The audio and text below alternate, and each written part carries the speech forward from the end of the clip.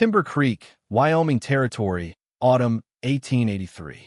When 30-year-old widow Eleanor Hayes woke to find her broken fence mysteriously repaired, she discovered the work of Jacob Miller, a quiet drifter passing through town. Most women would have offered payment or a hot meal. Eleanor did neither. Instead, she walked to the county clerk's office, purchased a marriage license, and appeared at his camp the next morning with a simple proposition. She needed a husband before winter, and he needed a reason to stop drifting. What began as the most practical arrangement on the frontier would become proof that sometimes the bravest kind of love is the one that skips straight past courtship and dares to begin with commitment. Chapter 1. The Fence and the Stranger. The fence posts leaned like broken teeth against the morning sky. Eleanor Hayes stood in her doorway, coffee cooling in her tin cup, staring at what the September storm had destroyed. 3 sections of rail fence lay scattered across the grass, splintered and useless. Beyond them, her 3 cows grazed dangerously close to the property line, unaware that only luck kept them from wandering into the open territory where they'd be lost forever. 18 months of widowhood had taught Eleanor to calculate loss in practical terms. Those cows represented her winter survival. Their milk, butter, and eventual sale value stood between her and destitution. At 30 years old, she understood frontier mathematics with brutal clarity. No husband, no children, dwindling savings, and now a broken fence. She lacked both the strength and skill to repair properly. The storm had swept through Timber Creek, Wyoming Territory, the previous night with the kind of violence that made houses groan and livestock huddle in fear. Eleanor had listened to wind tear at her roof while rain hammered against windows, wondering which part of her small homestead would fail first. The fence, apparently, had surrendered without putting up much fight. She pulled on her worn boots and walked the fence line, examining the damage with growing despair. The posts had rotted at their bases, weakened by 2 harsh winters and neglected maintenance. Her late husband Thomas had meant to replace them before the mining accident claimed his life. Now the job fell to her, along with everything else. Eleanor spent that morning attempting repairs with inadequate tools and insufficient knowledge. By noon, her hands bore fresh blisters, and her best efforts had produced nothing but frustration. The rails wouldn't hold. The posts refused to stand straight.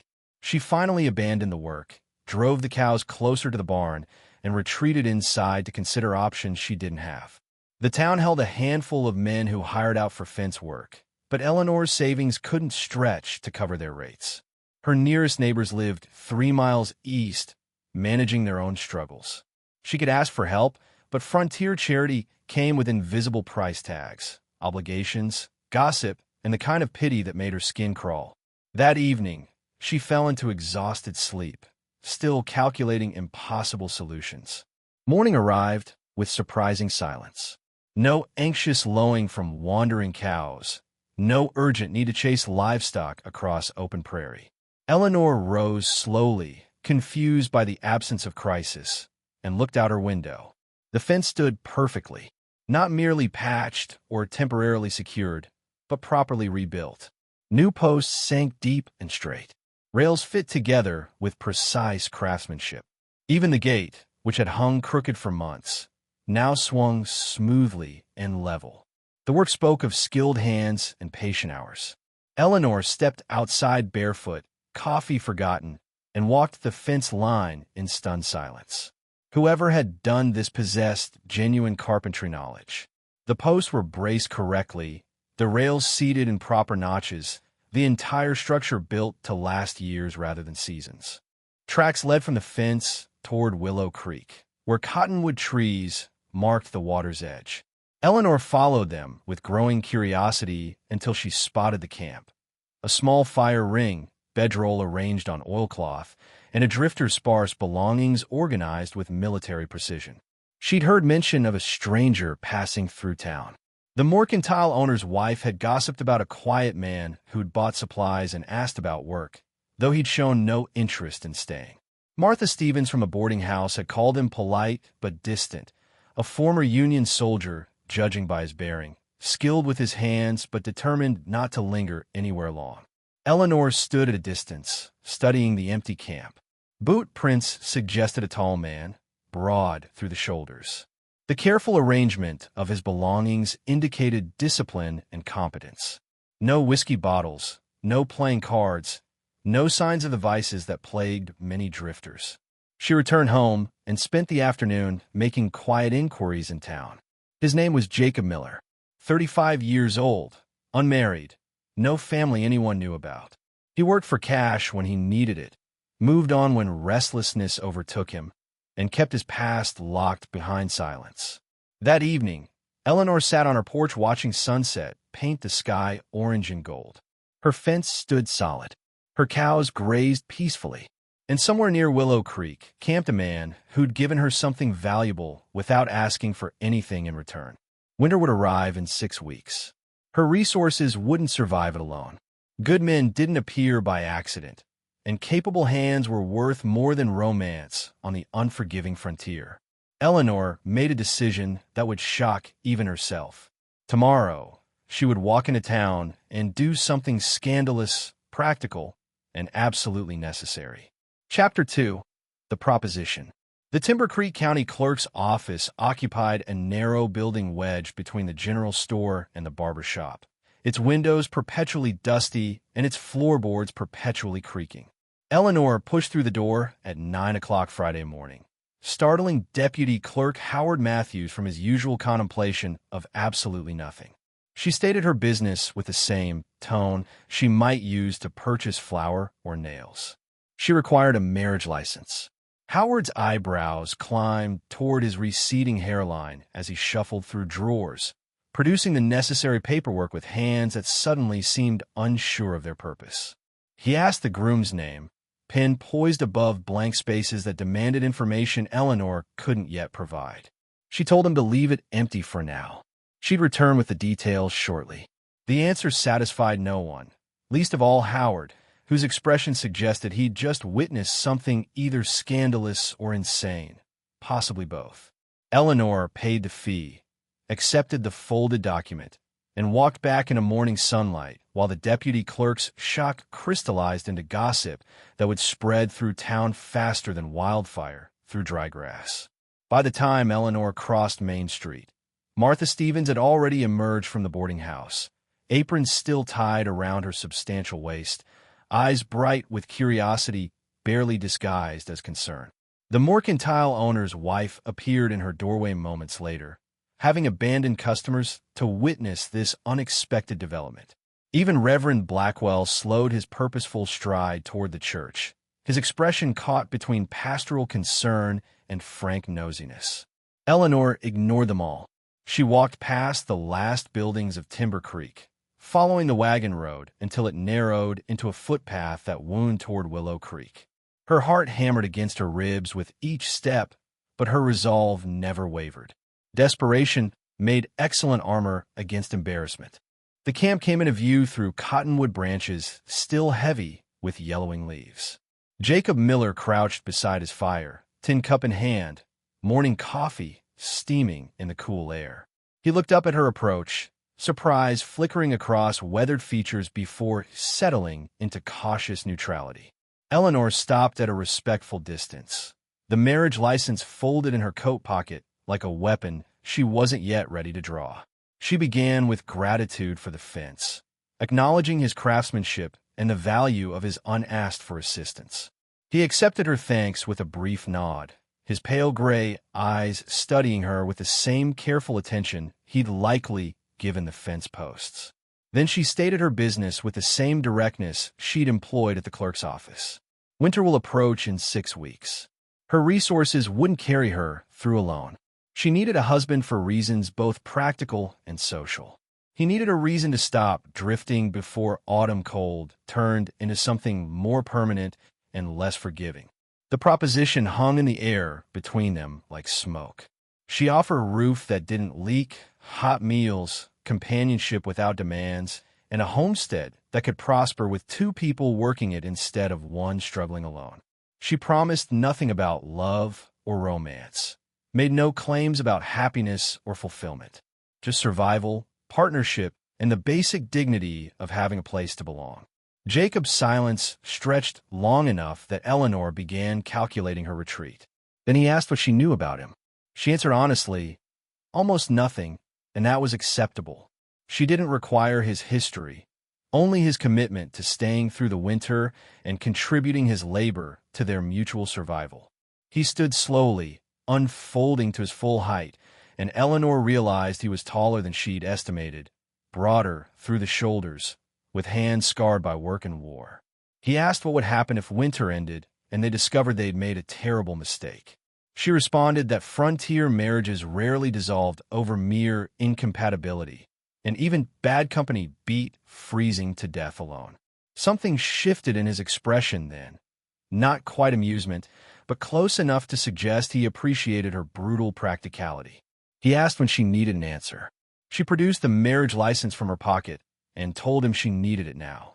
The clerk's office closed at noon, and Reverend Blackwell conducted ceremonies on Fridays before supper.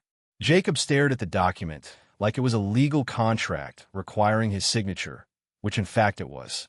He poured out his remaining coffee, kicked dirt over his fire, and began rolling his bedroll with efficient movements that spoke of countless camps abandoned, countless towns left behind. Then he looked at Eleanor with eyes that had seen too much but hadn't yet gone completely dead, and said one word that changed both their lives. Yes. They walked back to Timber Creek side by side, close enough to appear together but far enough apart to signal their strangeness to each other. The town buzzed with speculation as they entered the clerk's office, where Howard Matthews filled in Jacob's name with hands that trembled slightly from the excitement of participating in a frontier scandal. The ceremony at the church lasted 7 minutes. Reverend Blackwell rushed through familiar words while Eleanor and Jacob stood separated by 2 feet of empty space that felt like a canyon. They spoke their vows without inflection, exchanged no rings, shared no kiss. The Reverend pronounced them married with an expression suggesting he expected to perform their funeral or annulment within a month. They returned to Eleanor's homestead as the sun dropped toward the western mountains, husband and wife-in-law, but strangers in truth.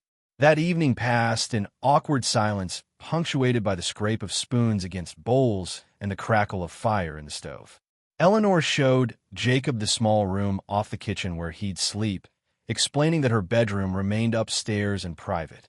He accepted the arrangement without comment, spreading his bedroll on the narrow cot with the same efficiency he'd shown breaking camp that morning. They said good night, like business partners concluding a meeting, then retreated to separate spaces while darkness settled over the homestead, and both wondered whether courage or madness had brought them to this peculiar arrangement. Chapter 3. Building Trust Through Winter. The first weeks of their marriage unfolded with the careful formality of strangers sharing cramped quarters. They moved around each other like dancers learning unfamiliar steps, polite and cautious, speaking only when necessary. Jacob rose before dawn and worked until dusk, repairing everything that years of neglect had damaged. Eleanor cooked substantial meals, managed the household with quiet efficiency, and maintained the invisible boundary that separated legal arrangement from genuine partnership. October arrived cold and purposeful. Jacob proved his value daily through capable hands and tireless effort. He reinforced the barn's sagging roof, replaced rotted boards in the porch, and split enough firewood to build a fortress against winter. His movements carried military precision, every task completed thoroughly, every tool returned to its proper place, every responsibility shouldered without complaint. Eleanor demonstrated her own competence through different channels. She stretched their modest provisions with remarkable skill, turning simple ingredients into meals that actually satisfied. Her account books showed meticulous financial management that had kept the homestead functioning despite impossible odds. She knew which herbs treated fever, which roots stored longest in the cellar, and which neighbors could be trusted when crisis arrived. Small gestures began accumulating like snow gathering on branches. Eleanor noticed Jacob's coat was torn at the shoulder and mended it without mentioning the repair. He discovered her struggling with a stubborn window frame and fixed it along with 3 others she hadn't asked about. She left coffee warming on the stove each morning before he woke. He built a better latch for the chicken coop after observing her daily frustration with the broken one. Words remained sparse, but actions spoke in languages they both understood. The first serious snowstorm arrived in mid-November, 3 days of wind and white that buried the world beyond their windows. Trapped inside together, they discovered that silence could be companionable rather than awkward. Jacob carved new handles for worn tools, while Eleanor sewed winter shirts from feed sacks. They sat on opposite sides of the room, working by lamplight, occasionally sharing observations about the weather or livestock, but never venturing into deeper territory. On the second night, while the wind howled against the house, Eleanor asked carefully neutral questions about his carpentry skills. Jacob answered in brief sentences that gradually lengthened into actual conversation. He'd learned the trade from his father before the war, back when building things seemed more useful than destroying them. His voice carried weight when mentioning battlefields, the kind that suggested certain memories remained too heavy for casual discussion. Eleanor offered her own story in measured pieces. Thomas had been a good man who'd chosen dangerous work, dead 18 months from a collapsed mine shaft. She'd loved him adequately, but not desperately, mourned him genuinely, but not dramatically. Her loneliness came not from missing him specifically, but from the absence of partnership itself. The thaw came slowly, then suddenly. Eleanor went to fetch water from the creek on a deceptively sunny December morning. The ice that appeared solid gave way beneath her weight, plunging her into water cold enough to stop breath and thought simultaneously. She struggled against shock and current, her heavy skirts dragging like anchors. Jacob reached her in seconds that felt like hours. He crashed through ice without hesitation, grabbed her coat, and hauled them both toward the bank through water that burned like fire. He carried her home, stripped away frozen clothing with clinical efficiency, and wrapped her in every blanket they owned. He built the fire higher, boiled water for tea she couldn't hold, and stayed awake through the entire night monitoring her breathing. In fever dreams, Eleanor whispered fears she'd never speak while conscious. About dying unmissed, forgotten like morning frost that melts without witness, leaving no mark of having existed. About wasting her entire life being useful to others while never mattering to anyone. When dawn arrived and her fever broke, Jacob sat in the chair beside her bed, exhausted but vigilant. Their eyes met with new understanding. Something fundamental had shifted during those desperate hours. They'd stopped being strangers bound by legal contract and become two people who genuinely cared whether the other survived. That evening, when Eleanor came downstairs wrapped in a quilt, Jacob reached across the table and took her hand. She didn't pull away. Neither spoke, but both understood they'd crossed a threshold that couldn't be uncrossed. Chapter 4. Spring and Choosing to Stay. Spring arrived in late March with the kind of warmth that felt like forgiveness. Snow retreated from the valleys, revealing grass that had survived beneath its weight. The creek swelled with meltwater running clear and loud. Eleanor's garden plot thawed into workable soil, while Jacob began preparations for planting season, his movements carrying a permanence that winter had made necessary, but spring now made deliberate. The marriage license's practical purpose had been fulfilled. 6 months had passed since that awkward ceremony in Reverend Blackwell's church. Jacob could leave now, obligations satisfied. Yet each morning he rose and continued working as if departure had never crossed his mind. Eleanor noticed, but said nothing, afraid that acknowledging his choice to stay might somehow break the spell that kept him there. Timber Creek noticed, too. Town gossip, which had briefly subsided during winter's isolation, resurged with the spring thaw. Martha Stevens made pointed comments about marriages of convenience while distributing mail. The mercantile owner's wife wondered aloud whether the arrangement was truly legal if it remained unconsummated, a question that made Eleanor's cheeks burn with anger rather than shame. Even Reverend Blackwell approached her after Sunday service, asking with pastoral concern whether her marriage had developed into something genuine or remained merely practical. The questions felt like accusations, as if their unconventional beginning somehow invalidated what they'd built through shared survival and quiet companionship.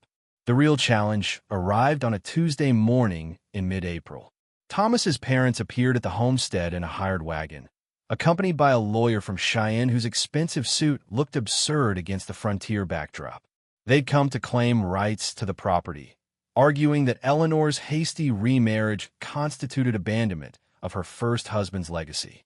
The lawyer produced documents suggesting the marriage was fraudulent, a business arrangement designed to circumvent proper inheritance laws. Eleanor stood on her porch, cold rage replacing her usual measured calm. Jacob emerged from the barn, reading the situation immediately. He crossed the yard and stood beside her, close enough that their shoulders nearly touched, presenting a unified front without speaking a word.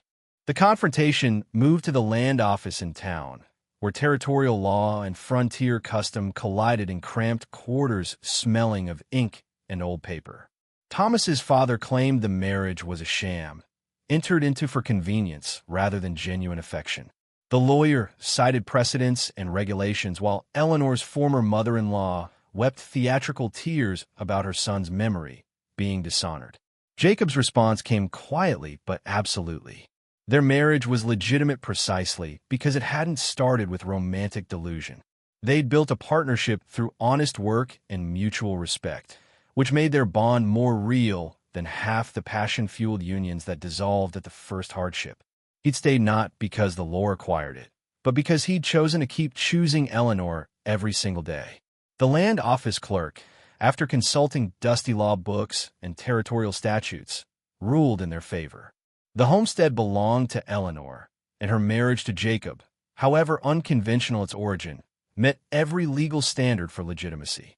That evening, they sat on the porch Jacob had rebuilt during those first careful weeks. The sun dropped behind the mountains, painting the sky in shades of amber and rose. For a long time, neither spoke.